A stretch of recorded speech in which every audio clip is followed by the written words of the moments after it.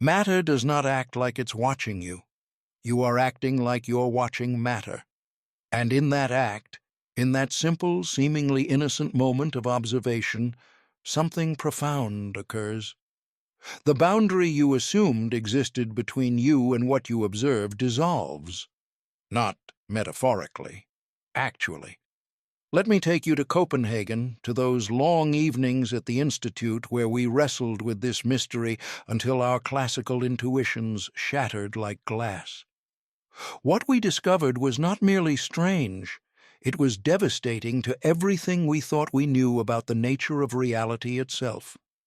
You ask why matter behaves differently when observed, but already your question contains an assumption that cannot survive what quantum mechanics reveals.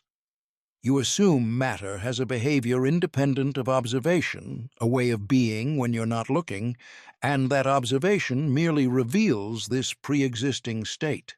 This assumption, so reasonable, so obviously true, is precisely what reality refuses to accommodate. Consider the electron passing through two slits.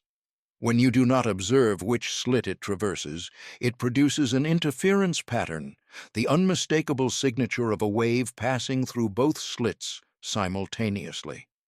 The pattern is undeniable. The wave nature is real. But place a detector at the slits to determine the electron's path, and the interference pattern vanishes. The electron now behaves as a particle passing through one slit or the other, never both. The particle nature is equally real, both, neither. The question, is the electron really a wave or a particle, is imprecise. I spent years in conversation with Einstein about this. He could not accept it. God does not play dice with the universe, he would say, insisting that there must be some deeper reality beneath the quantum description, some hidden layer where the electron truly is one thing or another, where observation merely reveals rather than participates. But Einstein, my beloved friend and philosophical opponent, was mistaken, and yet I understood his resistance. What we discovered runs so contrary to human intuition that accepting it requires breaking something fundamental in how we think about existence itself. The electron before measurement is not a wave that we mistakenly observe as a particle, nor a particle we mistakenly observe as a wave. It is not secretly one or the other, hiding its true nature until we check. It is, and here language begins to fail us, not fully defined until the moment of measurement. The properties we think of as inherent, as simply being there whether we look or not, do not exist in that sense at all. This is not a limitation of our instruments. This is not temporary ignorance awaiting better technology. This is the structure of reality itself. I called it complementarity. The wave description and the particle description are both necessary to understand the electron completely, but they are mutually exclusive. You cannot apply both simultaneously. Not because of technological limitations, because nature itself refuses to be described by both frameworks at once. When you measure position precisely, momentum becomes fundamentally indefinite. Not unknown, indefinite. The universe does not contain the information you seek, not hidden in some deeper layer, simply not there. Heisenberg quantified this with his uncertainty principle. The more precisely you determine one property, the less precisely its complementary property can be defined. This is not measurement error, this is ontological, a statement about what exists. Reality has built-in limits. Not limits on speed or energy, but limits on what can meaningfully exist. Walking through Danish streets in twilight, I would contemplate this strange feature of nature. In classical physics, we imagined that the world simply is, independent of observation, complete in itself, and measurement merely reveals this pre-existing completeness. The observer could, in principle, be removed entirely. We could imagine the universe with no conscious beings, proceeding according to its laws, every particle with definite properties marching through time. But quantum mechanics dissolves this picture. The observer cannot be removed, not because consciousness itself is magical, but because measurement, the physical interaction required to obtain information, is inseparable from what we call reality. Consider what happens when you measure an electron's position. You must interact with it. You might scatter a photon off it, for instance. But this interaction, this necessary, unavoidable physical process, changes the electron's momentum, not as a technical problem to be solved with gentler measurements. The gentler you make the measurement, the less information you obtain. There is a hard limit imposed by nature itself. You cannot interact with a system to gain information without affecting it. And yet, here is where the mystery deepens. It is not merely that measurement disturbs a pre-existing state. The electron before position measurement does not have a definite position being disturbed. It has a range of potential positions described by its wave function, and the measurement somehow, and this somehow contains all the mystery, actualizes one of these potentials. The wave function collapses, we say. But what is collapsing? Not a physical wave in ordinary space. The wave function is a mathematical description of potentials, of what could be measured, and measurement transforms this spread of potentials into a single actual result. Where does this happen? At what exact moment? The measurement problem runs deeper than most realize. If the electron and the measuring device are both quantum systems, and they are, then their interaction should be described by quantum mechanics itself. But quantum mechanics describes continuous deterministic evolution of the wave function. The collapse is different. It is discontinuous. Something happens during measurement that the equations do not capture. Some of my colleagues sought hidden variables, deeper layers of reality that would restore determinism and make measurement merely revelatory. But such theories must be non-local. They require instantaneous influences across arbitrary distances, violating the spirit, if not the letter of relativity. Or they become so baroque, so laden with invisible machinery, that they lose explanatory power. I came to accept that reality simply is this way. The quantum description is complete, not because I could prove no deeper layer exists, but because trying to imagine such a layer creates more problems than it solves, and because the quantum description works perfectly for every prediction we can test. But accepting completeness means accepting something strange about existence. Properties become definite through measurement, not measured because they are definite. Perhaps this sounds like consciousness creates reality. It does not. The collapse does not require a conscious observer. Any sufficiently macroscopic, irreversible interaction will do. Consciousness is merely one type of such interaction. When the electron impacts a photographic plate, the wave function collapses, no human awareness required. And yet, the philosophical implications remain profound. Reality exists not in isolated objects with intrinsic properties, but in relationships, in interactions, in the mutual entanglement of observer and observed. You and the electron are not separate entities where you, the subject, measure it, the object. During measurement, you become entangled. The boundary dissolves. You are both spectators and actors, as I once wrote. The observer cannot be cleanly separated from what is observed. This is why matter seems to act like it's watching you. The phrase anthropomorphizes, but it gestures toward something true. The electron's behavior depends on whether measurement occurs.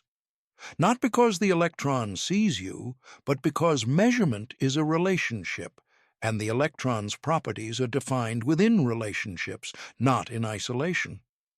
In those long discussions at the Institute, we would return again and again to this point. Can we speak of the electron's position before measurement? Some of my colleagues insisted, yes, it has a position, we simply don't know it. But this assumes too much.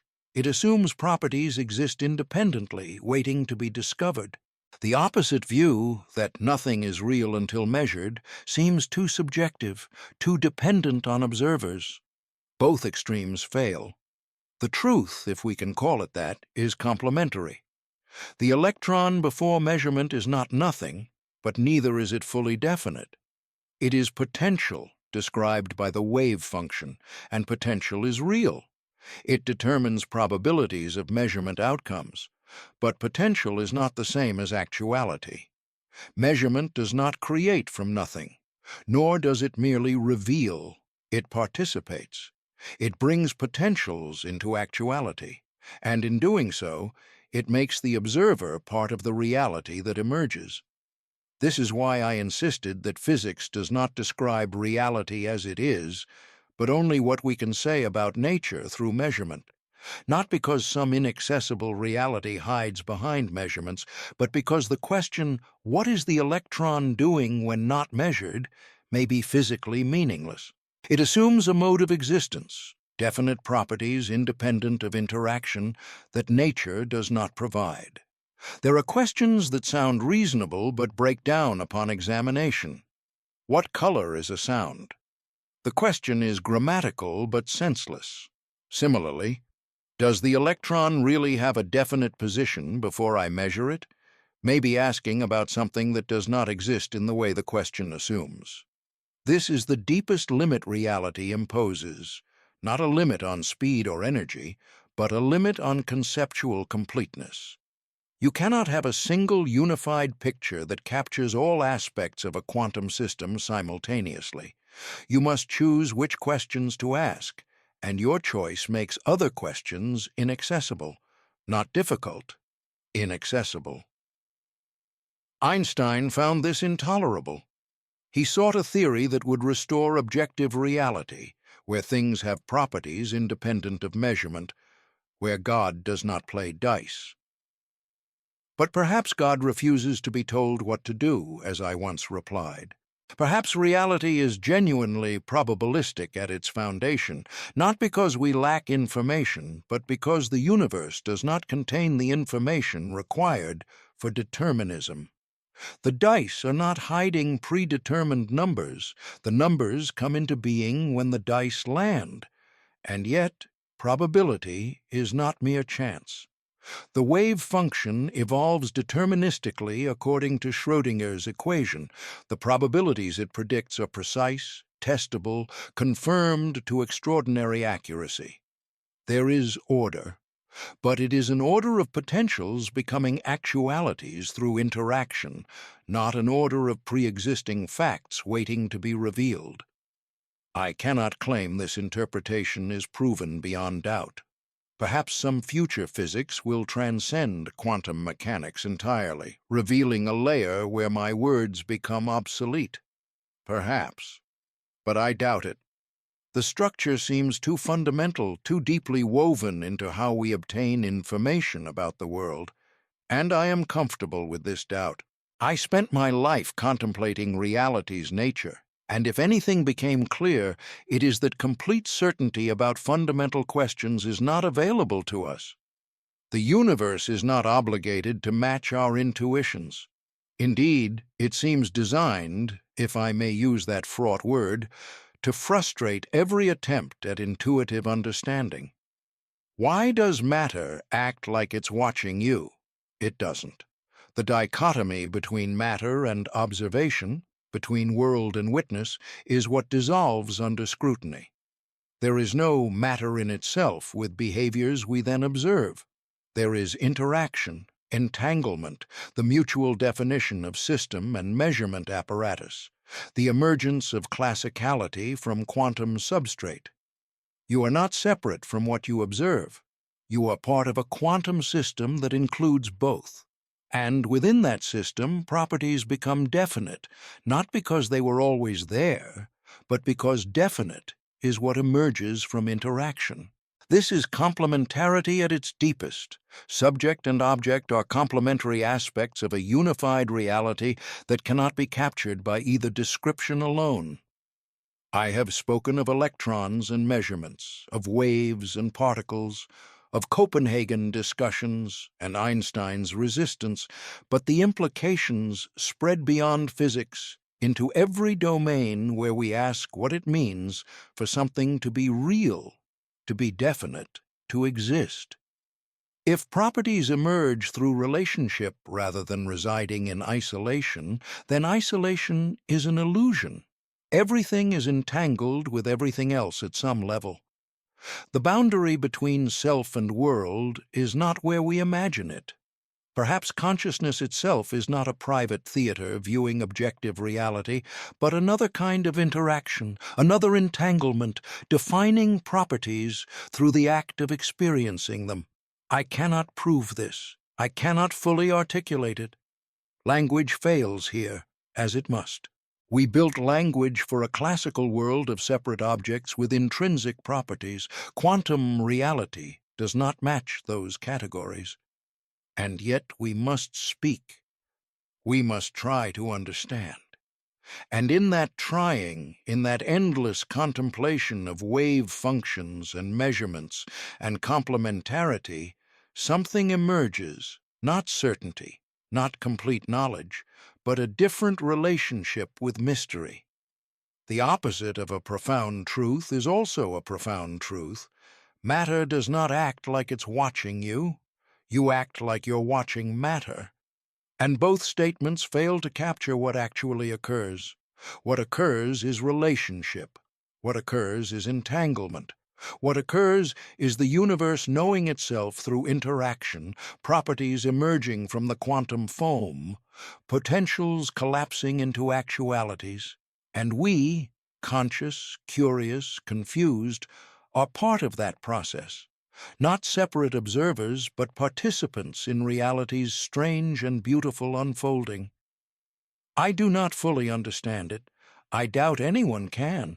But I am comfortable not knowing, because the mystery itself, the irreducible strangeness of existence, the limits reality imposes on complete description, these are not failures of human intellect, but revelations about the nature of being, and that, perhaps, is enough.